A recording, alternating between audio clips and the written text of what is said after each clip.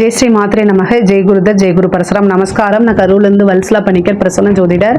இன்னைக்கு நம்ம விசுவாச வருட தமிழ் புத்தாண்டு பலன்கள் தனுசு ராசிக்கு எப்படி இருக்குன்னு பார்க்க போறோம். இந்த வருடம் எப்ப பிறக்குது அப்படின்னா 14/4/2025 திங்கட்கிழமை, பிரதமை திதி, கௌளவ கரணம், சுவாதி நட்சத்திரம், துலா ராசியில இந்த வருடம் பிறக்குது.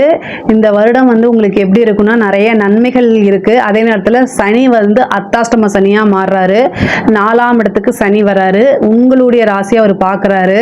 அது போக ராகு கேதுக்கள் நல்ல நிலையில, ராகு 3ஆம் இடத்துக்கும், கேது 9ஆம் இடத்துக்கும், குரு உங்களுடைய ராசி அதிபதி குரு 7ஆம் இடம் களத்திர ஸ்தானத்துக்கும் வராரு. ரொம்ப ரொம்ப நிறைய நல்ல பலன்கள் இருக்கு.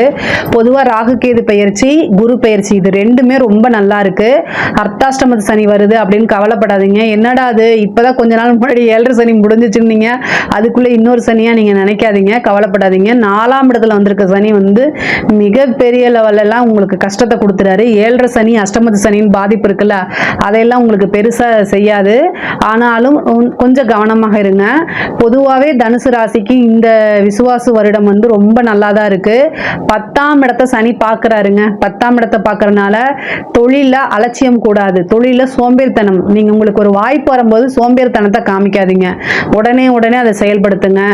தனுசு ராசியை பொறுத்த வரைக்கும் உங்களுடைய ராசியோடைய சிம்பல் என்ன? வில்லம்பு.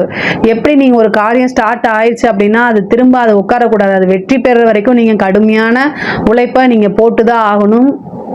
ஆனா பொதுவாகவே பார்த்தீங்கன்னா தனுசு ராசியில இருக்கக்கூடிய மூல நட்சத்திரம், பூராட நட்சத்திரம்லாம் ரொம்ப ஹார்ட் ஒர்க் போடக்கூடியவங்களா தான் இருப்பீங்க. ஆனாலும் இப்போ சனியுடைய பார்வை இருக்கனால இன்னும் கொஞ்சம் எக்ஸ்ட்ராவா எஃபர்ட் போட்டீங்க அப்படின்னா கண்டிப்பாக மிகப்பெரிய லெவல்ல உங்களுக்கு சாதனை அப்படிங்கிறது, நீங்க எடுக்கக்கூடிய காரியங்கள் எல்லாத்துலேயுமே வெற்றி தான் உங்களுக்கு. குருவோடைய அனுகிரகம் இருக்கு. சனியோடைய பார்வை இருந்தாலும் குருவோடைய பார்வை இருக்கனால அது உங்களுக்கு நல்லது தான். இந்த ஒரு வருஷத்துக்கு உங்களுக்கு நிறைய நன்மைகள் தான் நடக்க போகுது. குரு உங்களுக்கு 3ஆம் இடத்தை பார்க்கிறாரு. நீங்க எடுக்கக்கூடிய காரிய வெற்றி அப்படிங்கக்கூடிய ஸ்தானம் 3ஆம் இடம். அப்போ நீங்க எடுக்கக்கூடிய காரியங்கள் எல்லாமே சித்தியாகும். காரிய வெற்றிக்கு தான் குருவே பார்க்கிறாரு. ஒரு குருநாதர் கிட்ட வழிபாடு பண்ணுங்க, குரு சித்தர் ஜீவ சமாதி வழிபாடு பண்ணுங்க. இது எல்லாம் இன்னும் சிறப்பான பலன்களா உங்களுக்கு கொடுக்கும். புதுசா தொழில் தொடங்குறதுக்கு இந்த காலகட்டம் ஏற்றதான்னு கேட்டீங்கன்னா தாராளமா நீங்க பண்ணலாம். உங்களுடைய சுய ஜாதகத்தை பார்த்துக்கிட்டு 10ஆம் இடமோ அல்லது 10ஆம் அதிபதியோடைய தசா புத்தியோ இதெல்லாம் எப்படி இருக்குங்கிறத செக் பண்ணிக்கோங்க. அதுக்கப்புறம் நீங்க ஸ்டார்ட் பண்ணுங்க. ஏன்னா சனி 10ஆம் இடம் தொழில் ஸ்தானத்தை பார்க்கிறாரு. அதனால அதே மாதிரி குருவோடைய அனுகிரகம் பரிபூரணமா இருக்கனால நீங்க தாராளமா ஸ்டார்ட் பண்ணிக்கலாம். அதே மாதிரி பார்ட்னர்ஷிப் உங்களுக்கு கிடைக்கிறதுக்கு உண்டான வாய்ப்புகள் இருக்கு. 7ஆம் இடத்துக்கே குரு இருக்கனால பார்ட்னர்ஷிப் ஸ்தானம்ங்கிறனால பரிபூரணமா உங்களுக்கு பார்ட்னர்ஷிப் இவ்வளவு நாள் உங்களுக்கு ஒரு உழைப்பு இருக்கு, நல்ல நாலேஜ் இருக்கு. ஆனா முதலீட்டுக்கு தான் ஆள் இல்லை அப்படின்னா அதுக்கு பார்ட்னர் கண்டிப்பாக கிடைப்பாங்க. அதே மாதிரி உத்தியோகத்தில் இருக்கவங்களுக்குலாம் இது ரொம்ப ரொம்ப சூப்பரு. தொழில் மூலியமா நல்ல வருமானமும் வந்துடும். நீங்க எடுக்கக்கூடிய அத்தனையுமே சக்சஸ் ஆகும். மிகப்பெரிய லெவல்ல சக்சஸ் ஆகிறதுக்கு உண்டான வாய்ப்பு இருக்கு. ஏன் அப்படின்னா 3ஆம் இடத்துக்கு ராகு வராரு, அதை குரு பார்க்கிறாரு. வளர்ச்சி அப்படிங்கிறது பிரம்மாண்டமான வளர்ச்சியாக மாறும். உத்தியோகத்தில் இருக்கவங்களுக்கு நல்ல ப்ரமோஷன் கிடைக்கும், நல்ல சேலரி இன்க்ரிமெண்ட் கிடைக்கும். அதே மாதிரி உத்தியோக மாற்றம் உறுதியாக உண்டு. இந்த காலகட்டங்களில் இடமாற்றமோ உத்தியோக மாற்றமோ வேலை மாற்றமோ உறுதியாக உண்டு. இதை ட்ரை பண்ணுங்க, கண்டிப்பாக கிடைக்கும். திடீர்னு ஒரு ப்ரமோஷன் கிடைச்சிடும். அது உங்களுக்கு மிகப்பெரிய லெவலில் ஆச்சரியம் மூட்டக்கூடிய அளவுக்கு இருக்கும். 4ஆம் இடத்துல வந்திருக்கக்கூடிய சனி படிப்புல தடை தாமதத்தை கொடுத்துருவாரு. நீங்க ஒவ்வொரு நாளும் உங்களை மோட்டிவேட் பண்ணணும். பண்ணா மட்டும்தான் படிப்புல நீங்க நல்ல நினைச்ச ரிசல்ட் அடைய முடியும். அதே மாதிரி படிச்சு முடிச்சோன்னே வேலை கிடைக்குமா அப்படின்னா 6ஆம் இடம் உங்களுக்கு 6ஆம் இடத்துக்கு சனியோடைய பார்வை இருக்கு. 2-3 டைம் இன்டர்வியூ அட்டன் பண்ணுங்க. ஃபர்ஸ்ட் அட்டெம்ப்ட்லயே கிடைக்காது, ஆனா 2-3 டைம் அட்டன் பண்ணீங்கன்னா தாராளமாக கிடைக்கும். அதுவும் நீங்க நினைச்ச வேலையே கிடைக்கிறதுக்கு உண்டான அமைப்பு இருக்குது.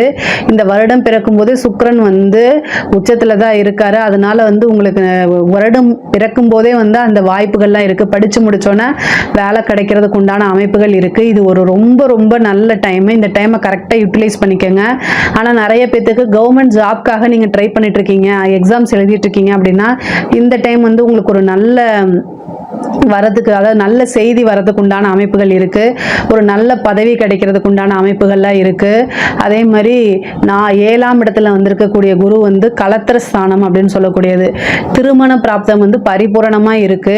அதனால இந்த காலகட்டத்தில் திருமணம் வந்து உங்களுக்கு சாத்தியமான ஒரு விஷயம். உங்களுடைய சுயஜாதகத்தில் 7ஆம் இடம் என்ன தசாபுத்தி நடக்குது அதெல்லாம் பார்த்துக்குங்க. ஆனால் குருபலன், திருமணத்துக்கு உண்டான குருபலன் 100க்கு 200% பரிபூரணமாக இருக்கு. குரு உங்களுக்கு 11ஆம் இடத்தையும் பார்க்குறாரு. ஒரு சிலருக்கெல்லாம் வந்து விருப்ப திருமணம் நடைபெறத்துக்கு உண்டான வாய்ப்புகள் இருக்கு. பேரண்ட்ஸோடைய சப்போர்ட் பண்ணி அவங்க கிட்ட அனுமதி வாங்கி அவங்களுடைய ஆசீர்வாதத்தினால மட்டும்தான் கல்யாணம் பண்ணணும். அதுதான் உங்களுக்கு ரொம்ப நல்லது. 7ஆம் இடம் பாதகமாக இருக்கு. அதனால பேரண்ட்ஸோடைய பிளஸ்ஸிங் இல்லாமல் தயவு செய்து கல்யாணம் பண்ணாதீங்க. அது வந்து பின்னாடி வந்து உங்களுக்கு ஒரு ஆசீர்வாதம் இல்லாத ஒரு இதாக போயிடும். அதனால அதுக்காக சொல்கிறேன். அதே மாதிரி புத்திர ஸ்தானத்துக்கு வந்து 5ஆம் இடத்துக்கு வந்து சனியோடைய பார்வை இவ்வளோ நாளாக இருந்துச்சு. இப்போ சனியோடைய பார்வை இல்லாதனால புத்திர பாக்கியம் கிடைக்கிறதுக்கு உண்டானது. ஏன்னா குரு வந்து புத்திர காரகன், அவரே உங்களுடைய ராசிக்கு பார்க்கறதுனால புத்திர பலம் வந்து புத்திர ஸ்தானம் வந்து ரொம்ப வலுவாக இருக்கனால சந்தான பிராப்தம் நிறைய பேத்துக்கு கிடைக்கும். ஸ்ரீரங்கம் கோவிலுக்கு போயிட்டு வாங்க, சந்தான கோபால கிருஷ்ண மந்திரத்தை சொல்லி வழிபாடு பண்ணுங்க. இது எல்லாமே வந்து சந்தான பிராப்தத்தை பெற்றுக் கொடுக்கும். ஒரு சிலருக்கு திடீர்னு ஒரு அதிர்ஷ்டம் வருங்க. பூர்வீக சொத்துக்கள்ல இருந்த பிரச்சனைகள்லாம் நீங்கி பூர்வீக சொத்துக்கள் வரதுக்குண்டான அமைப்புகள் இருக்கு. காதல் ரீதியா இருக்கக்கூடிய பிரச்சனைகள்லாம் முடிவுக்கு வரும். உங்களுக்கு இவ்வளோ நாளா மன சந்தோஷம் என்ன நீங்க நினைக்கிறீங்களோ அத்தனை சந்தோஷமே உங்களை தானா தேடி வரதுக்கு உண்டான அமைப்புகளை கொடுத்துரும். அதே மாதிரி கடன் ரீதியா இருக்கக்கூடிய பிரச்சனைகள்லாம் படிப்படியா குறையுங்க. கடன் ரீதியா என்னென்ன இது இருந்துச்சோ அத்தனையுமே வந்து குறையும். இதுக்கு வந்து நீங்க சண்முக சடாக்சர எந்திரமோ இல்லை தீபமோ போட்டு வழிபாடு பண்ணீங்கன்னா ரொம்ப ரொம்ப நல்லா இருக்கும். மிகப்பெரிய லெவல்ல யோகத்தை கொடுத்துரும் அது உங்களுக்கு. இப்போ பொதுவாகவே வந்து முருகன் வழிபாடு உங்களுக்கு கடன் அடையிறதுக்கு உண்டான பரிகாரம். அதனால் அதை நீங்கள் தாராளமாக செய்யுங்க. யாருக்காவது டவுட்ஸ் அதில் இருக்குது அப்படின்னா கமெண்ட்ஸில் சொல்லுங்கள், நான் கண்டிப்பாக ஆன்சர் பண்ணுவேன் உங்களுக்கு. அதே மாதிரி உங்களுடைய ராசியை பொறுத்த வரைக்கும் 11ஆம் இடம் வந்து குரு பார்க்குறதுனால மூத்த சகோதரன் சகோதரி வழி ஆதரவுகள் கிடைக்கும்.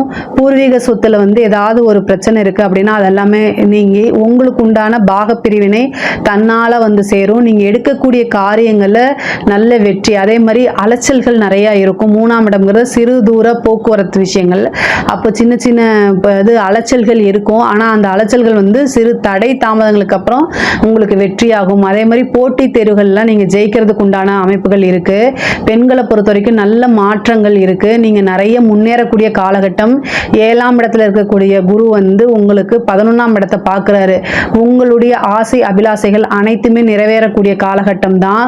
அதே மாதிரி வாகனம் வாங்கக்கூடிய அமைப்புகள்லாம் இருக்கு. நீங்க வந்து கம்யூனிகேஷன் ஃபீல்டில் போற மாதிரி இருந்தால் மிகப்பெரிய லெவலில் உங்களுக்கு யோகம். புதுசாக ஏதாவது ஒரு ஸ்டார்ட் அப் ஆரம்பிக்கிறீங்கன்னா அதுக்கு இவ்வளோ நாளாக ஃபேமிலி சப்போர்ட் இருந்திருக்காரு. இப்போ இனிமேல் ஃபேமிலி சப்போர்ட் இருக்கும். அது ரொம்ப பெரிய நன்மைகளை கொடுக்கும். பொதுவாக தனுசு ராசிக்கு 4ஆம் இடத்துல சனி இருக்கனால வீடு வாங்குறது, வாகனங்கள் வாங்குறது இந்த மாதிரி அமைப்புகளை கொடுத்துரும். உங்களுக்கு வந்து என்னென்னா 3ல் ராகு வந்திருக்கனால நீங்கள் ரியல் எஸ்டேட் ஃபீல்டில் இருந்தால் ரொம்ப சூப்பரு. இவ்வளோ நாளாக ஒரு இடத்த வாங்கிட்டு அதை சேல்ஸ்க்காக நீங்கள் ட்ரை பண்ணிகிட்டே இருப்பீங்க. ஆனால் விற்காமல் இருந்துக்கிட்டே இருக்கும். ஆனால் இந்த டைமில் வந்து அதுக்கு பரிகாரம் இருக்குது. ராகுக்கு உண்டான பரிகாரத்தை நீங்கள் செஞ்சீங்க அப்படின்னா உங்களுக்கு வந்து ரொம்ப நாளாக விற்காத இடம் எல்லாமே விற்று போகும். அதுக்கு உண்டான முயற்சி பண்ணுங்கள். தாராளமாக அது மூலிமா ஒரு அமௌண்ட் கிடைக்கும். அதுலேருந்து நீங்கள் ஒரு நல்ல சொத்து வாங்கி போடலாம், ஒரு பிஸ்னஸ் ஸ்டார்ட் பண்ணலாம். மிகப்பெரிய லெவலில் யோகமாக மாறுறதுக்கு உண்டான அமைப்பு இருக்கு. கணவன் மனைவியிடையே இருந்த சிறு பிரச்சனைகள் எல்லாமே நீங்கி சுமூகமான உறவுகள் ஏற்படும். திருமண பிராப்தம் கலத்திர ஸ்தானத்துக்கு வந்திருக்கனால திருமண பிராப்தம் இருக்கு. வெளிநாடு வெளி மாநிலங்கள்லாம் கொஞ்சம் தூரம் போயிட்டு வர மாதிரி இருக்கும். அதே மாதிரி குருநாதர் வழிபாடு பண்ணுங்க.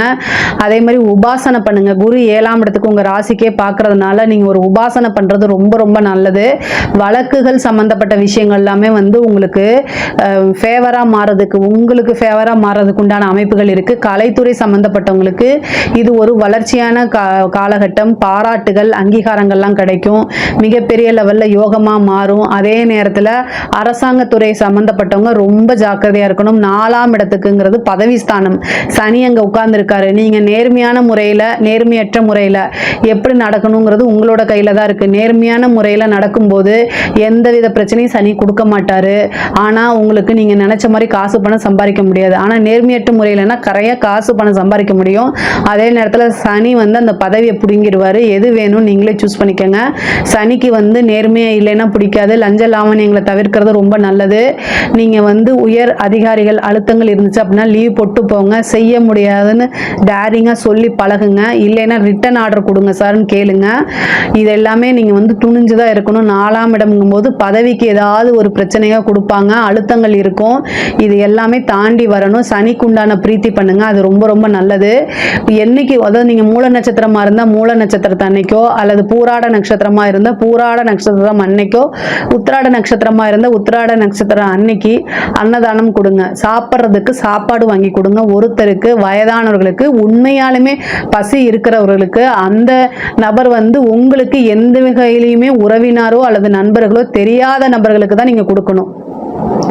அதே மாதிரி அதை கொடுத்துட்டு உடனே ஃபோட்டோலாம் வாங்கி போடாதீங்க. நீங்கள் தானம் செய்கிறது யாருக்கும் தெரியக்கூடாது, அதை பிரபலிப்படுத்தாதீங்க. சனிக்கு வந்து பிரபலிப்படுத்துறது பிடிக்காது. உண்மையாலுமே பசிக்குது அப்படின்னா அவங்களுக்கு சாப்பாடு என்ன கேட்குறாங்களோ அதை வாங்கி கொடுங்க.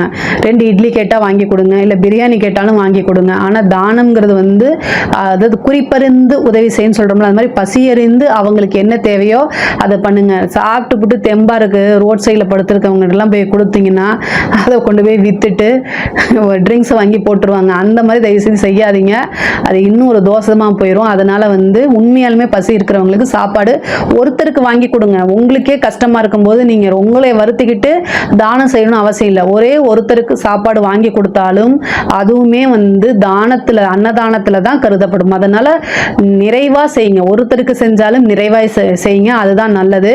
சனிக்குண்டான பிரீத்தி வந்து காலபைரவர் வழிபாடு பண்ணுங்க, ஆஞ்சநேய வழிபாடு பண்ணுங்க. இதெல்லாம் இன்னும் சிறப்பான பலன்களாகவும் யோகமாகவும் மாறும். பொதுவாகவே தனுசு ராசிக்கு இந்த வருடம் வந்து ரொம்ப ரொம்ப நல்லா தான் இருக்கு. பெண்களுக்கும் சரி மற்ற எல்லாத்துக்கும் சரி ரொம்ப நிறைய அற்புதமான பலன்கள் தான் இருக்கு. இதுல ஏதாவது சந்தேகங்கள் இருக்கு அப்படின்னா கமெண்ட்ஸ்ல கேளுங்க, நான் கண்டிப்பா ஆன்சர் பண்றேன். நம்மளுடைய சேனலை லைக் பண்ணுங்க, ஷேர் பண்ணுங்க, சப்ஸ்கிரைப் பண்ணுங்க.